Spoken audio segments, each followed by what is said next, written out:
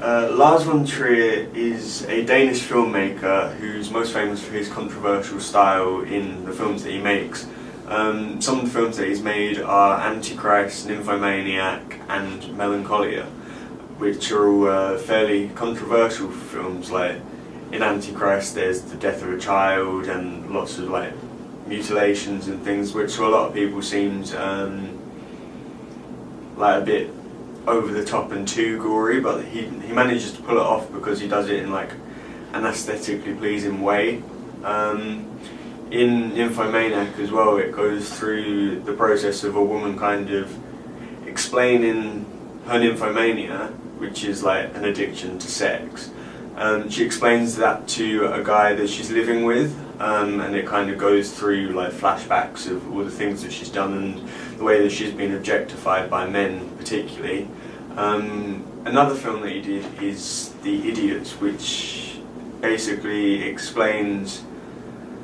and follows a group of able-bodied people who make out that they suffer from mental retardation, and all their experimentation with sex, drugs, things like that, and just the way that it kind of stigmatizes mentally ill people. In about 2010, 2012, Von Trier was banned from the Cannes Film Festival in France, I think it's here, because someone questioned his Jewish background and asked what he thought of Hitler, which is quite a daft question, and then he jokingly said that he was in fact a Nazi and sympathised with Hitler, which got him banned from the film festival.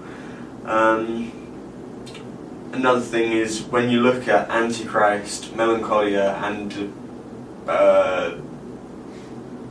Nymphomaniac, you can kind of see that it's almost like a depression trilogy, sort of, and like it outlines subtly mental illness in the characters. Like Antichrist is the breakdown of a marriage because of the death of a child, Nymphomaniac is someone's like lack of respect for themselves, and Melancholia is kind of just someone's lack of concern for their own well-being, which I think is mainly because Von Trier suffers from depression himself, so he kind of understands it more, and also had quite a rough childhood. His parents were both nudists, so he was kind of subjected to some pretty weird things. Also, they said that he wasn't allowed to have fun, have any religious beliefs or feelings,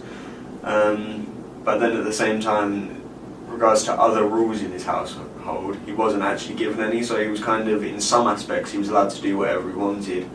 and then in the same aspects, the minute he started saying that he wanted to be religious or do something fun, it was automatically like shut down, not allowed to.